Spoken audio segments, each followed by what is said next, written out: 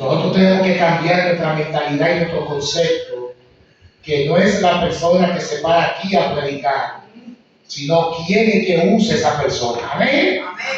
Porque Dios no mira el parecer, ni tampoco ve la condición del ser humano, sino que Dios ve un corazón dispuesto a obedecerle primero y luego a qué, a predicarle. Y pase lo que pase en la iglesia es ¿de quién? De Dios. De Dios. Y la iglesia y la Biblia está repleta. Usted dice, en la iglesia hay muchos problemas, en la iglesia hay mucho pecado, en la iglesia hay mucha dejadez, en la iglesia, hermano, miren,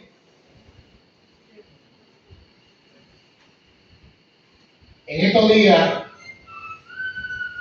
me hacían la pregunta con respecto a la iglesia, que dice, se podría repetir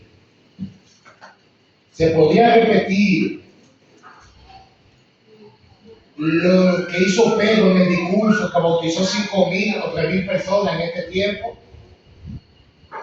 ¿Podríamos nosotros asemejarnos a la iglesia apostólica cuando empezó en el siglo I de la era cristiana? Yo le decía a ese hermano, bueno, mira, si vamos, la obra del Espíritu Santo no se puede medir por los resultados, aunque los resultados sean buenos.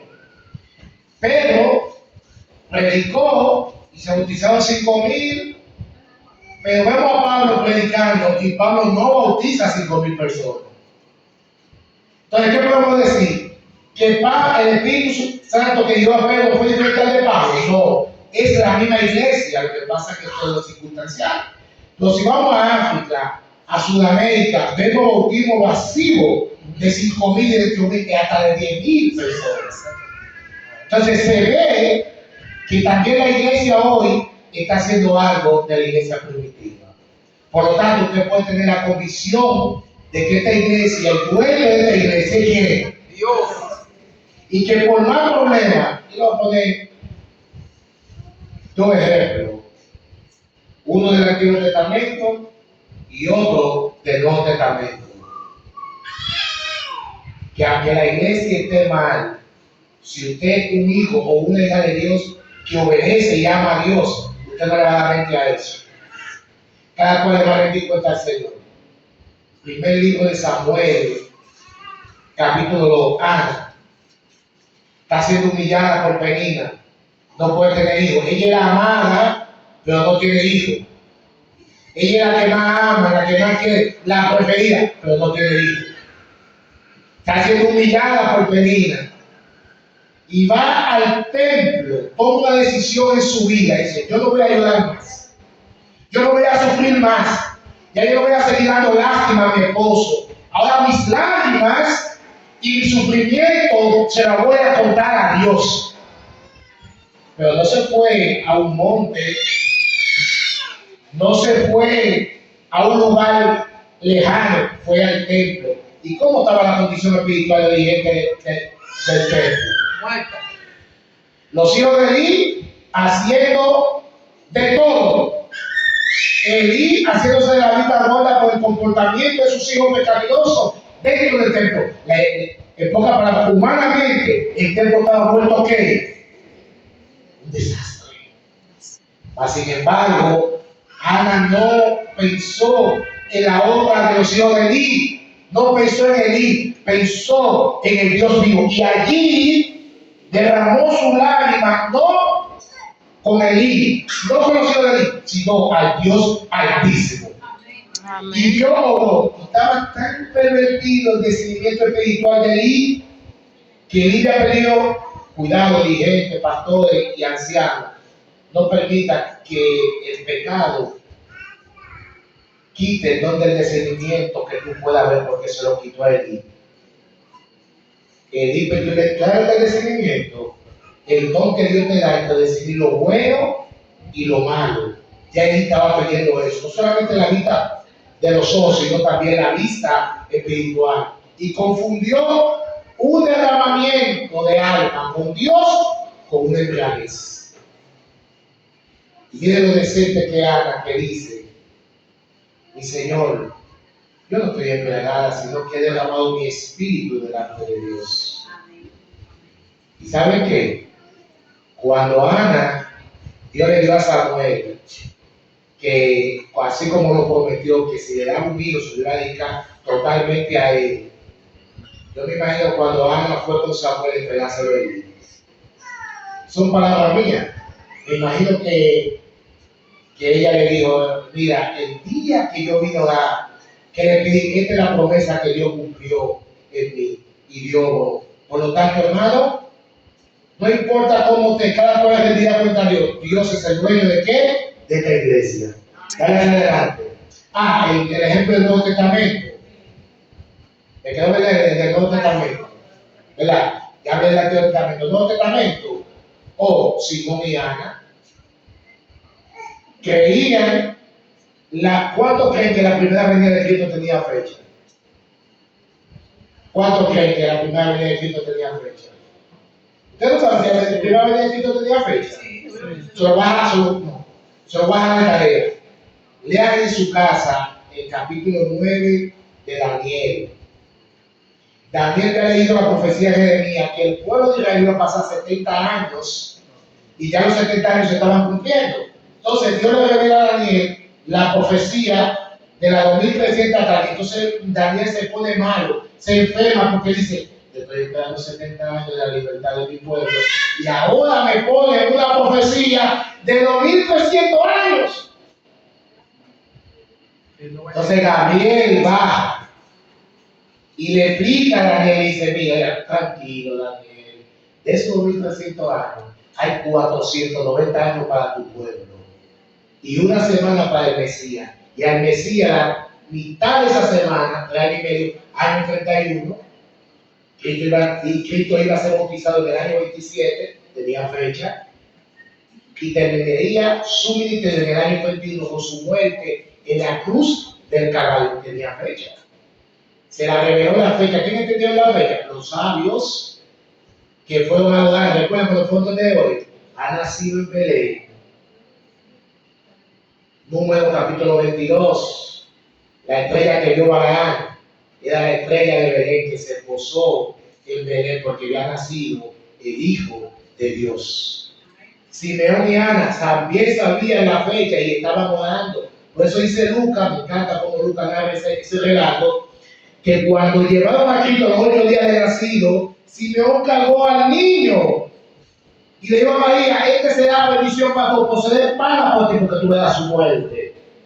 Y Ana, que era viuda desde joven, también profetizó, pero aún peor, el sacerdote cargó a la Mesías, le dio la bendición y no se estaba dando cuenta de que estaba encargado de la ley, de saber todas las profecías y de todo. Cargó al Mesías en su brazo y no se dio cuenta que tenía el Salvador del mundo.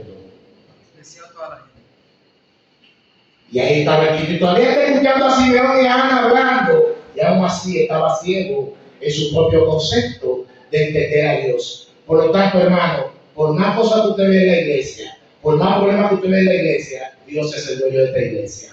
Amén. Dígale que está a su lado, Dios es el dueño de esta iglesia. Dios es el dueño de esta iglesia. Dueño de esta iglesia, cuando Pablo de Tarso, Saulo de Tarso, azotó a la iglesia, no lo pudo detener Santiago, no lo pudo detener Juan, no lo pudo detener, ninguno pudo detener a Pablo, a Saulo de Tarso. ¿Quién fue que lo detuvo? Jesús personalmente. Yo entiendo que a veces nos preocupa mucho las situaciones que están pasando en las iglesias, pero créanme, mi hermano y mi hermana, que hay alguien que le preocupa más que lo que está pasando en la iglesia, que es el dueño de esta iglesia, que es Cristo Jesús. Amén. Dios va a abrir, como decía la canción, va a abrir camino. Dale hacia adelante. Un poquito más adelante. Imperios en conflicto. ¿Cómo enfrentar el futuro con mayor confianza? Hermano, vivimos en una época de mucho temor. Un terremoto en Indonesia, un terremoto en Venezuela, un terremoto en Colombia, guerra, Ucrania, Rusia. Hay un temor de la persona. Hasta en nuestro país la gente anda con temor de que puede pasar un terremoto. ¿Por qué la gente anda con temor? ¿Por qué la gente le tiene miedo al futuro? y aún a veces eso invade nuestra vida cristiana, porque no hemos aprendido a confiar en Dios, porque Dios en su palabra nos ha revelado todo lo de la película y el final de la película. No hay por qué temer si tenemos nuestra confianza en ese Dios. Dios está en control. Cuando el hombre tiene temor y pierde la confianza en Dios, le está diciendo a Dios que Dios no tiene el control de esto. Si el Dios que me ama, el Dios que yo le sirvo, tiene el control, yo no tengo por qué temer a nadie. Simplemente depositar mi confianza en Dios. Dale hacia adelante. Un niño que nace, ¿qué usted ve agarrando al niño? Una mano, ¿verdad? ¿Qué le recuerda esa imagen? Oh, mi hijo cuando nació. Sí, pero en la Biblia, a Jesús, ¿en qué momento de su vida? No, un poquito más grande, ya. Vamos a dar un adelanto. En el ministerio de Cristo, un momento Jesucristo se sintió así. ¿En qué momento fue que Cristo se sintió así? ¿Eh? No. Un momento Cristo se puso así cuando se durmió en la barca. Se durmió como un niño. ¿Y qué pensaba mientras Cristo estaba durmiendo en la barca? ¿Había qué? ¿Y los discípulos cómo estaban? La tormenta de la vida nos abate. Y nosotros tratamos con nuestra propia fuerza de resolver cómo calmar la tormenta como los discípulos. Pero la tormenta no es una tormenta normal. Es una tormenta que el diablo estaba detrás de ella. ¿Cómo lo sabemos? Los discípulos eran pescadores experimentados y estaban acostumbrados a enfrentar tormentas en alta mar. Pero esta tormenta no era una tormenta normal que ellos estaban, por eso no pudieron con ella. Y mientras la tormenta lo abate y ellos tratan con su propia fuerza de vencer la tormenta, no pueden. ¿Saben por qué, hermano? Porque nuestra fuerza, nuestra capacidad, nuestras habilidades no pueden con la fuerza del mal. Porque el diablo es un ser caído, pero tiene su poder. Y el poder del enemigo es más fuerte que el de nosotros humanamente. Por lo tanto, si tú estás luchando con una situación, con un problema y dejas a Dios afuera, no vas a poder, vas a caer como vencido o vencida. Jesús está tranquilo. También nos da un ejemplo teológico de que en la tormenta de la vida Dios está tranquilo, aunque a Dios le preocupa la humanidad. A Dios le preocupa lo que está pasando en el mundo, pero Dios lo que puede hacer es ponerle límite a Satanás y su misericordia tratar de alcanzar a la mayor gente posible, porque hay cosas que Dios dijo que no puede echar para atrás. Ejemplo, ¿por qué pasa la catástrofe? ¿Por qué pasan los desastres? Porque Dios dijo al hombre, el día que tú comas de ese árbol, ciertamente que. Y cuando le hizo el juicio al hombre, en vez de la maldición al hombre, le echó la maldición a la tierra. Por lo tanto, la tierra está maldita por el pecado. Por eso dice la Biblia que Cristo, colgado en un madero, se hizo maldito. Y por eso dice el apóstol Pablo que aún la naturaleza gime de dolor, clamando que venga ese día de liberación cuando Cristo venga por segunda vez. Por lo tanto, los terremotos, la cosa viene por la desobediencia del hombre y la maldición del pecado. Dios no puede reversar eso para atrás, porque si Dios hace una vez dice que el mundo sea un paraíso, Dios está contradiciendo su propia palabra.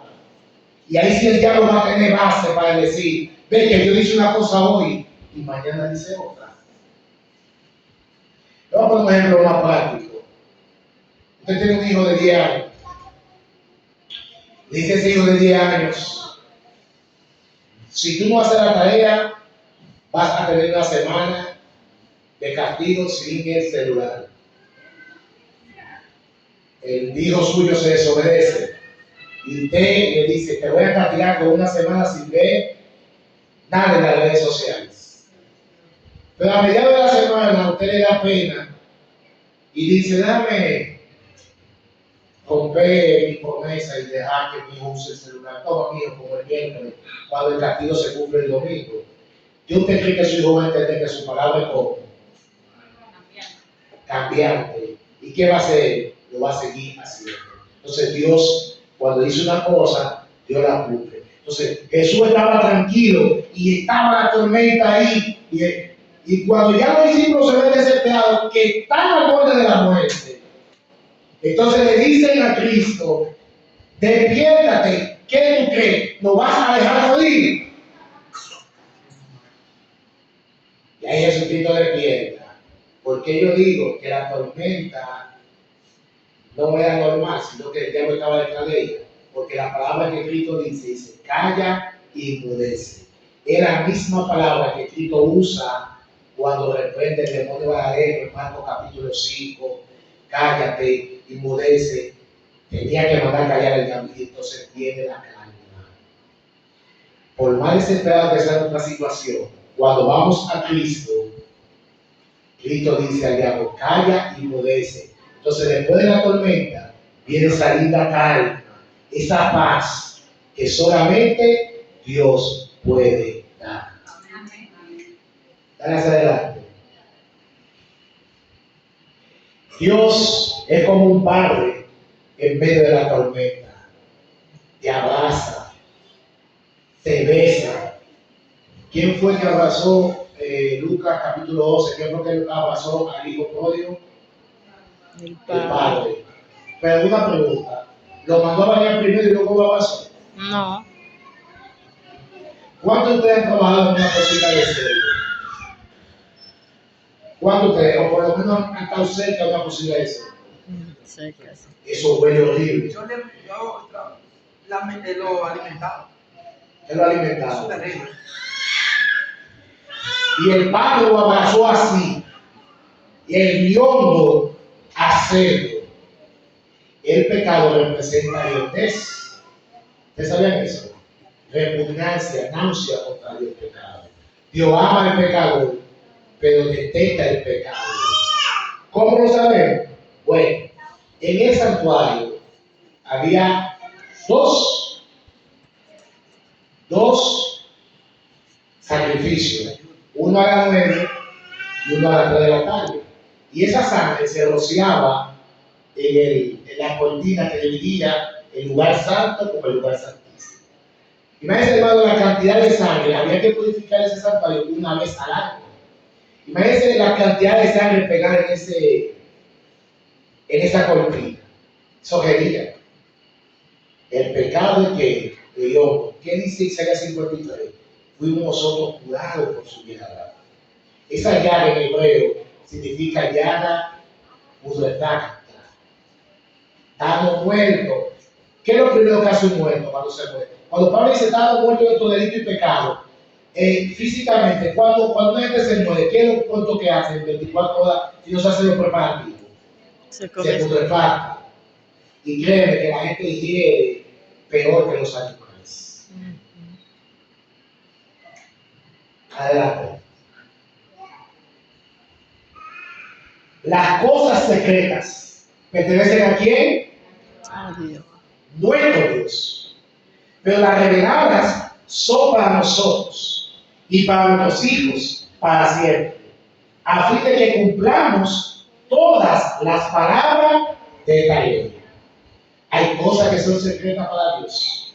Y hay gente que le encanta hacer preguntas incómodas que aún Dios no ha revelado. Mire, hermano, usted quiere saber de todo de Dios.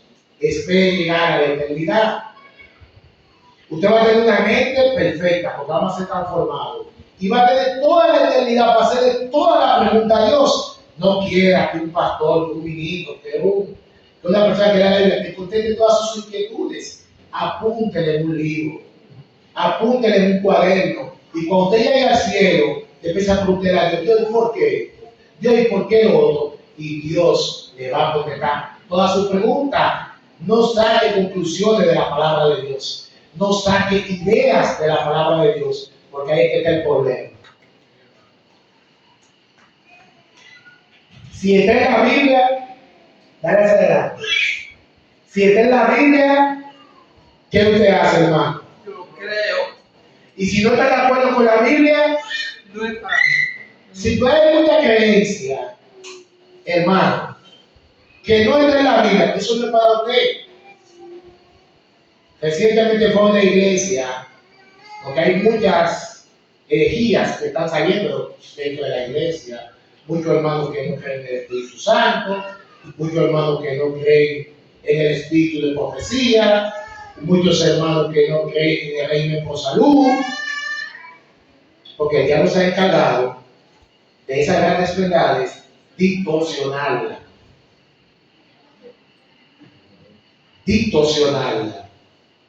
Y el Espíritu Santo sí existe. Amén. Y es una persona y forma parte de la Trinidad. Amén.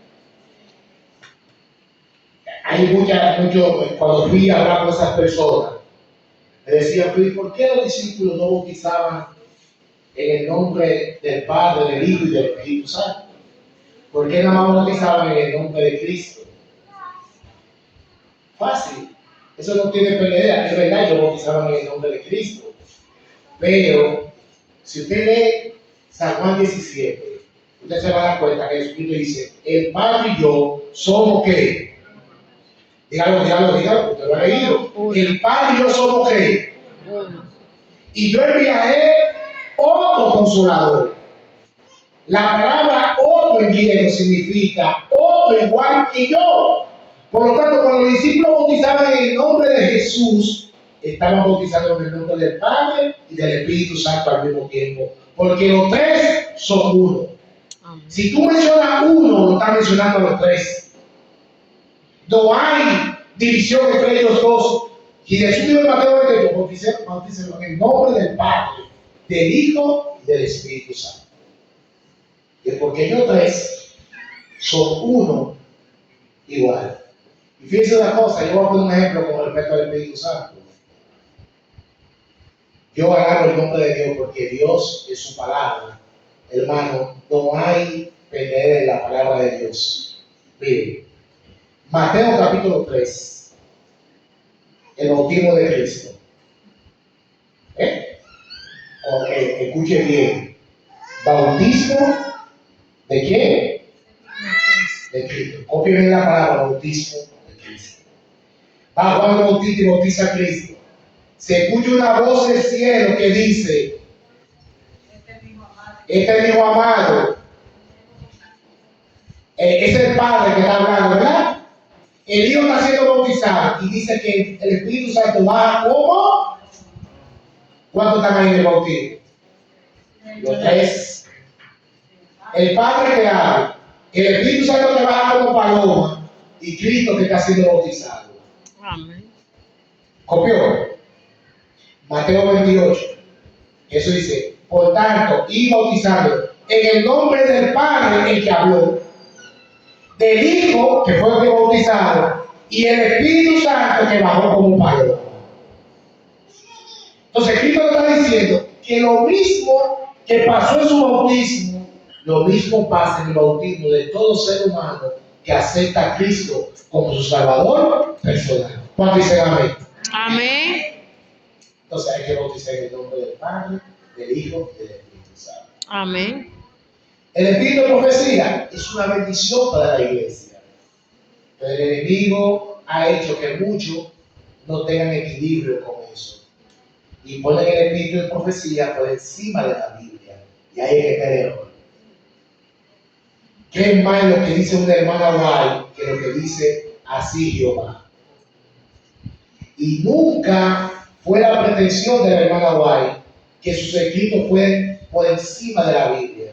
En el año 1904, en su último congreso que ella participó, levantó la Biblia y dijo: la Biblia es la luz mayor. Nunca ha sido mi pensamiento, ni lo será, que mis escritos estén por encima de lo que dice Jehová. La Biblia es nuestra luz mayor. simplemente es un instrumento como luz menor para llevarlo a la luz mayor. Por lo tanto, la iglesia se rige por uno así, dice Jehová. Los escritos de la hermana White son una bendición, son una luz menor que ha guiado este pueblo. Lo que hoy es el pueblo adventista es gracias a Papá Dios, a nuestro Dios y luego al Espíritu de profecía. Pero hay que ser un equilibrio. No podemos poner a ella por encima de la Biblia. Y por eso el enemigo ha hecho muchas cosas. Y con el régimen por salud, por igual también. Dale hacia adelante. Otro más, un poco más adelante. Daniel capítulo 2, versículo 2. ¿Quién es ese que está ahí? El rey. ¿Pero cómo se llama? Nabucodonosor.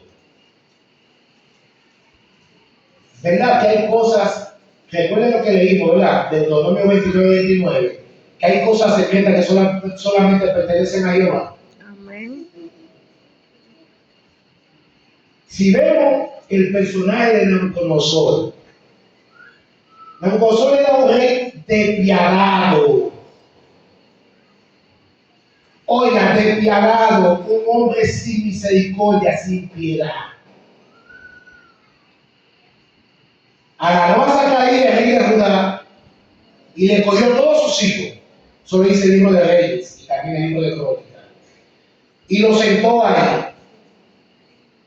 Y uno por uno fue matando a sus hijos para que él lo viera.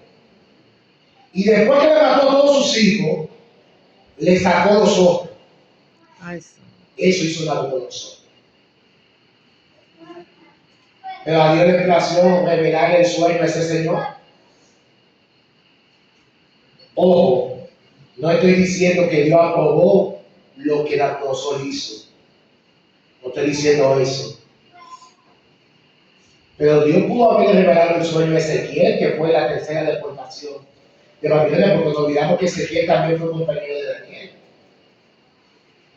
¿Por qué no se lo reveló a Ezequiel? ¿Por qué no se lo reveló a Daniel? ¿Por qué no se lo reveló a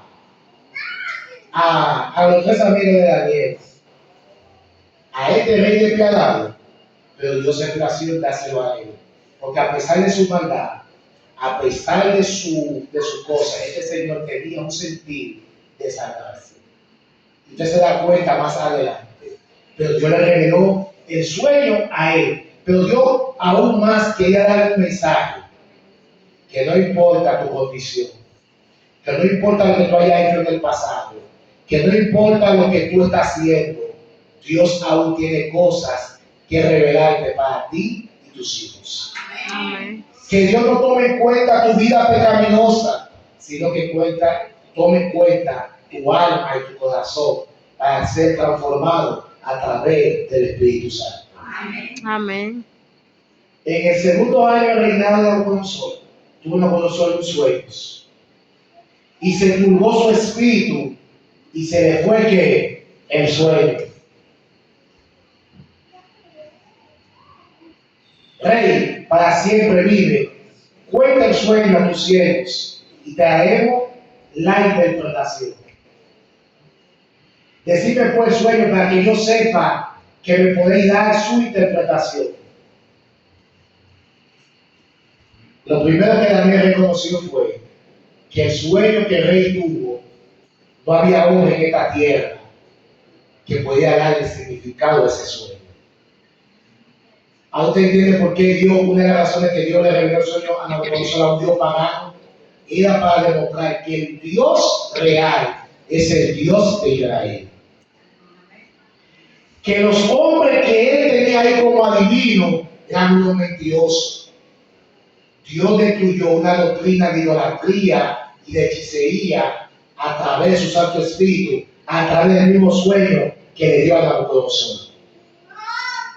En tierra pagana, Dios estaba manifestando en un rey pagano para mandar un mensaje para que todo el mundo se salve y adore al Dios verdadero, que es el Dios que hay que rendirle culto en espíritu y en verdad. Amén. Hermano, ¿estamos entendiendo el mensaje? Amén. Eso fue lo que Ezequiel dijo. Dejen de estar llorando, dejen de estar lamentándose que mis hijos, que esto, que llorando en el río Baray. Demuéstrenle a estos pueblos paganos que al Dios que nosotros le servimos es el Dios real. Y yo tuve que coger este grupito. No hay hombre sobre la tierra, no hay ningún hombre que pueda revelar lo que tú quieres, rey. El asunto del rey. Dale hacia adelante.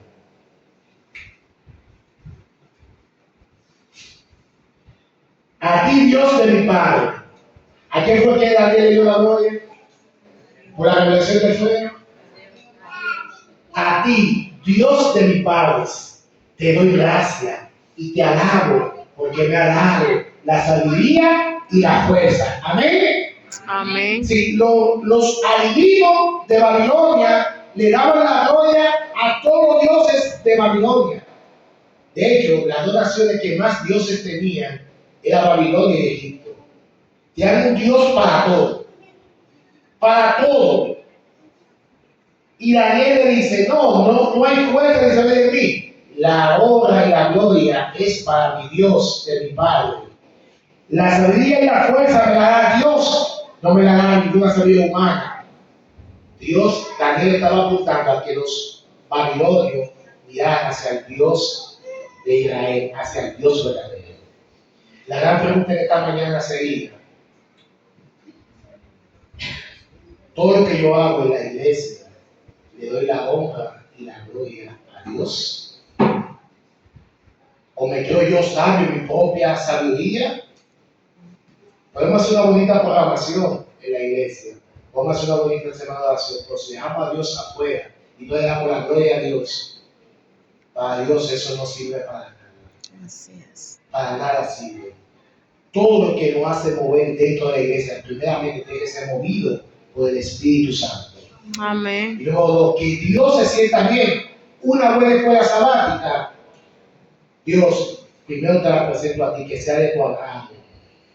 Una predicación, Señor, que sentiste bien con lo que tú usaste, con lo que yo dije a tu iglesia. Todo es para la gloria de Dios. Hay un Dios donde. ¿Dónde era que los babilonios tenían a sus dioses? Aquí en la tierra, en los templos, hechos de mano. Hay un mensaje, hay un Dios en los cielos que revela los misterios. Como los adivinos y los hechiceros no revelaron tu misterio, el Dios del cielo sí revela los misterios. ¿Cuántos dicen amén? Amén. Y ha hecho saber al rey Nabucodonosor lo que ha de acontecer en los últimos días. Gloria. Por lo tanto, hermano, nuestro futuro está asegurado y puesto en buena mano en el Dios de los cielos. Amén. En el Dios de Israel. Así que tú tienes que tener temor. Si perdiste un empleo por el sábado, ten fe que Dios va a proveer, porque los 3 jóvenes hebreos fueron fieles a Dios y Dios premió la fidelidad. Más tarde que temprano, Dios premia la fidelidad de sus hijos, porque dice el segundo libro de Samuel, capítulo 2, versículo 30, que Dios honra lo que le honra. Y si tú honras a Dios siendo obediente, siendo fiel a Él, Dios va a bendecir tu vida. Gracias, adelante. Tu rey,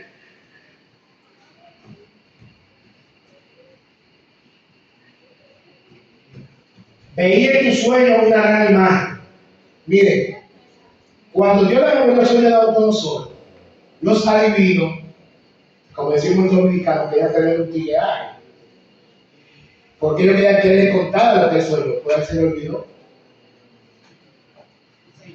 ¿Dónde estaba el misterio? El asunto era no saber el sueño, contar el sueño realmente, porque si el rey le contaba lo que él soñó acordándose, iban a decir, no, señor rey, eso significa esto. El asunto era decir, recordar el sueño que ese sueño que él había olvidado. Y hay un trasfondo espiritual y teológico ahí. ¿Quién es el único que puede escudriñar un pensamiento del hombre? Dios. Ni Satanás puede hacer eso. Satanás sí puede posesionarse de un cuerpo.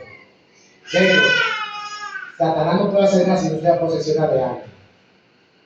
Porque Satanás es espíritu.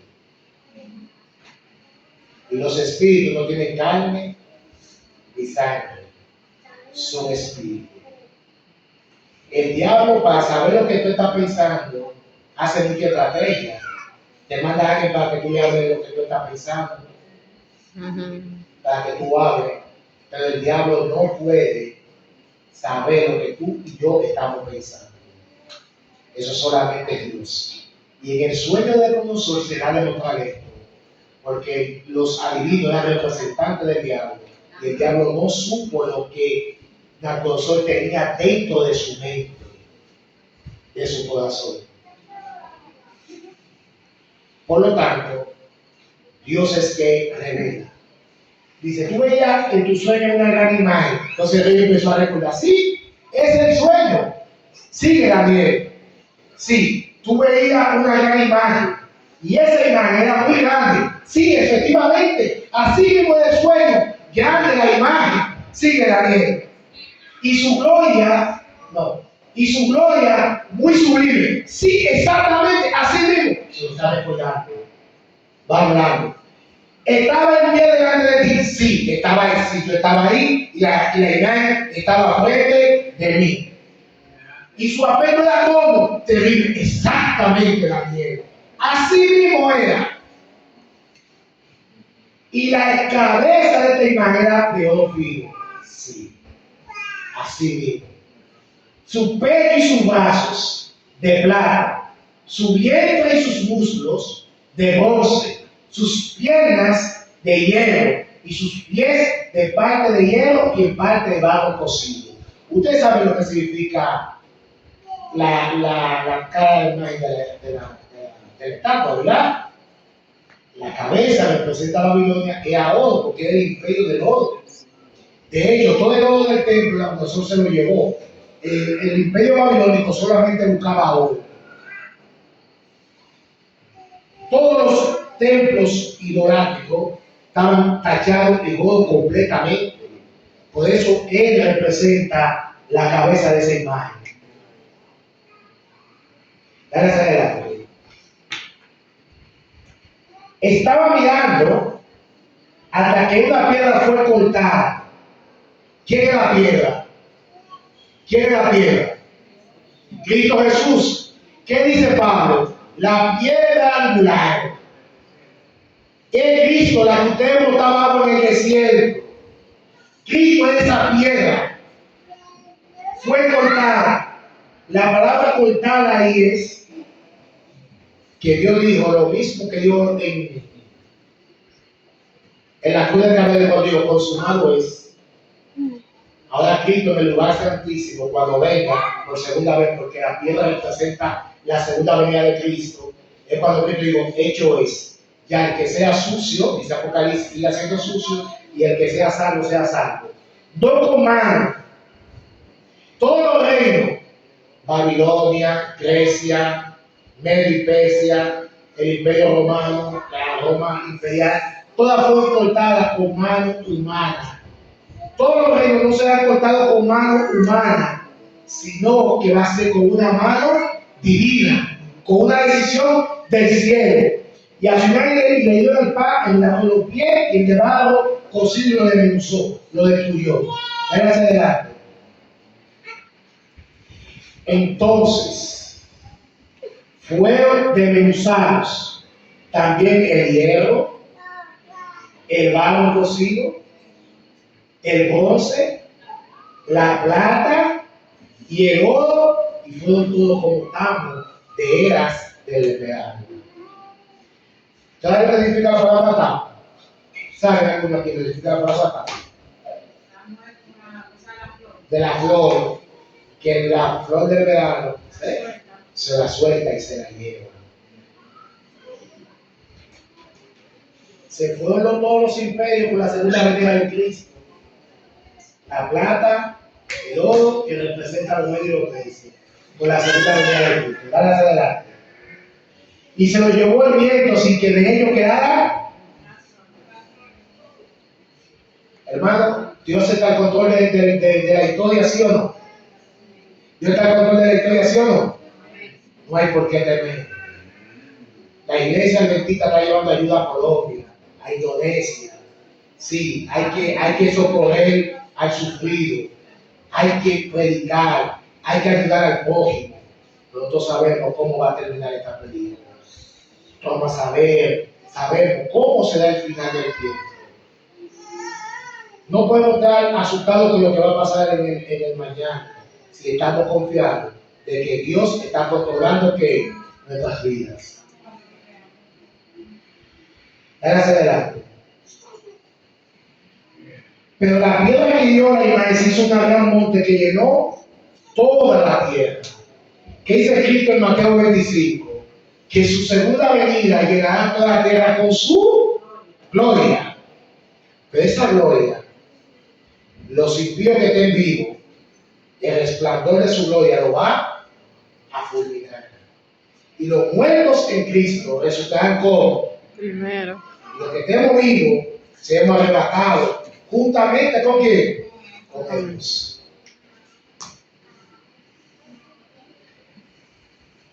Ahí está la nena explicando. Este es el sueño, también la interpretación del dilema en presencia del rey. Tú, oh rey, eres rey de reyes. Tú eres aquella cabeza de oro. ¿Quién es la cabeza de oro? Babilonia. Tú eres el rey. De hecho, se le fue lo sumo a la cabeza a Nabucodonosor, hizo una estatua de oro. Y de esa la historia que mandó a adorar, se olvidó de lo que Dios le había mandado en el mensaje. Dale hacia adelante. Babilonia gobernó en el año 605 a 539. Fue un imperio, ahí te lo ven en el mapa, que opacó todos los pueblos. Desde Egipto hasta el Mediterráneo, todo lo dominó Nabucodonosor. Fue un imperio de éxito. Lo famoso, dice la historia extrabíblica en los escritos hititas y escritos sirios, que él hizo la famosa, una de las 7 maravillas del mundo, los jardines colgantes. Se dice que Nabucodonosor se casó con una princesa de un reino del norte, y ella se deprimía mucho porque donde era su padre el rey había muchas cosas bonitas, y él trató de hacer los jardines colgantes, las cosas bonitas, para que se pareciera un poco al imperio de su padre y ella no se deprimiera. ¿Cuánto amor, verdad, hacia una mujer? Babilonia estaba a 16 kilómetros, miren, a 9.6 kilómetros de Roma y a 6.4 kilómetros de Babilonia. Estaban comparativamente cerca de esos imperios. Dale hacia adelante. Miren qué hermosura. Porque aunque la idólatra, hermano, no quita lo hermoso. Y usted va a decir, hermano, pero usted está como pecando. Ese quien dijo que Lucifer era hermoso, y Lucifer es lo más malo que ha habido en esta tierra. Y Lucifer no quita que Satanás, que el principio de Lucifer, era hermoso. Pero el templo de Marduk era un templo hermoso. Aunque de idolatría, era hermoso. Mira su estructura como era. Mira su diseño con respecto a los árboles que tenía a su alrededor y donde se adoraba. Tenía 300 pies de alto, era bastante alto. Tenía 18 toneladas de oro. ¿Por qué? ¿Usted ve por qué yo decía que representa la cabeza? Usted sabe lo que son 18 toneladas de oro. Mira, hermano, yo creo que aquí se paga la deuda eterna y queda dinero aquí para muchas cosas. Y eso lo hizo Nabucodonosor con el oro. Ahora, pasó ese rey, sus pechos y sus brazos eran de plata. ¿A qué representaba eso? Después de ti, sepa rey, que yo he levantado tu reino, tú no vas a ser para siempre. ¿Qué es lo que están ahí? ¿Quién es ese? Daniel capítulo 5. Belsasar hizo una fiesta. Y en esa fiesta, a los que dicen que por ahí, y algunos cristianos que dicen que Dios bendijo el vino, que Dios permite que usted se dé su traguito, todos los hombres que han caído en el alcohol han tomado decisiones terribles. Recuerda que hoy por la decisión de matar a Juan el Bautista, borracho, se le fue los humos a la cabeza y dijo, pídeme lo que tú quieras. Y después estaba arrepentido. Belsasar, en una noche de orgía, se volvió loco y mandó a buscar los utensilios del templo. Entonces esa noche llamó a Daniel, y dijo, Daniel, le prometió su promesa a Daniel, y Daniel le leyó el juicio que ya estaba hecho en el cielo. Esta noche tú morirás. Y mientras se celebraba, Darío, representante de los medios, y su tío estaban secando el río Éufrates, que es el río que pasaba por debajo de Babilonia. Y mientras el rey estaba en fiesta, los medos y los persas estaban secando, desviaron el río para otra zona, para entrar a la ciudad. Y cuando entraron a la ciudad, dice el libro de Daniel, que mataron a Belsasar y a todo el mundo.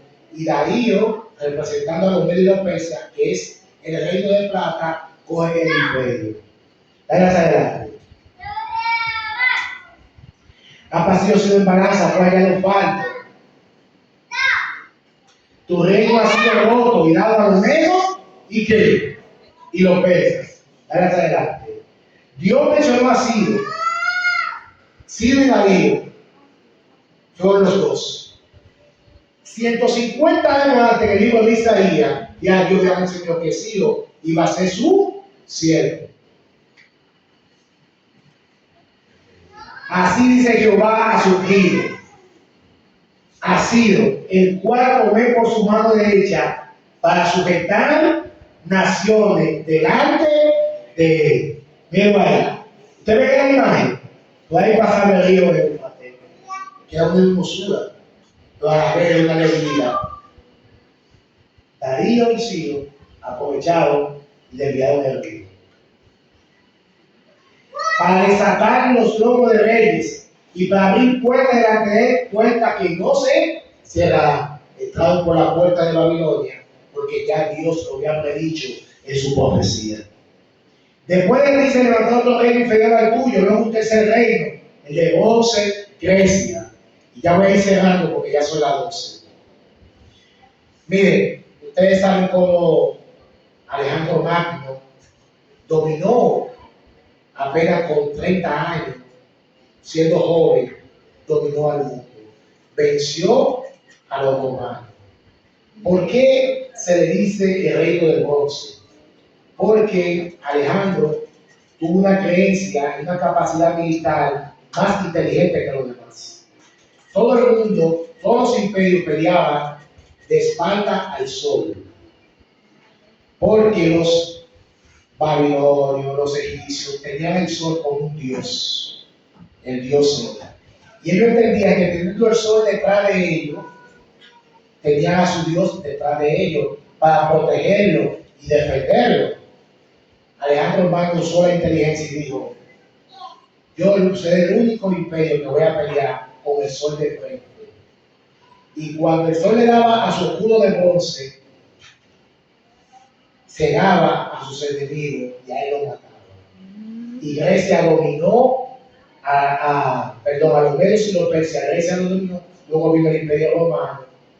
Ahora lo importante es que nosotros estamos en qué etapa, en qué nivel de la etapa estamos nosotros. En los pies. Muy pronto, pero muy pronto, esa piedra será cortada no con mano humana, sino con mano divina, cuando Cristo venga por segunda vez. Amén. ¿Cuántos de los que estamos aquí presentes, si hay algo de desánimo, si hay algo que nos falta esperanza, cuántos de ustedes quieren hoy en esta misma hora, ya tarde, poner su esperanza y su confianza en Dios? Amén. Ponte de pie y vamos a orar. Amén. Padre nuestro que estás en los cielos, gracias, Padre, por tu amor y tu bondad. Gracias, Señor, porque en ti somos más que vencedores. Ayúdanos a vivir, Señor, cada día confiando en ti, confiando en tu palabra, en la oración, en la testificación, por sobre todo, Señor, en el conocimiento de la vida eterna que eres tú, Señor.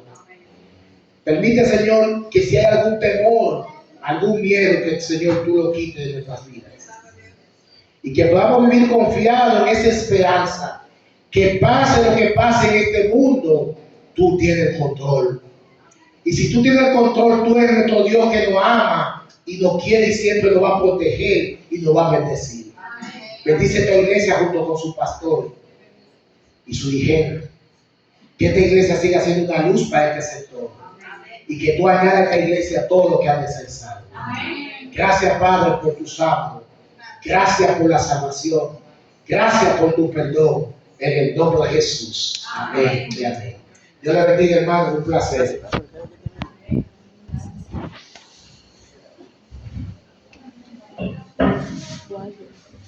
Ah.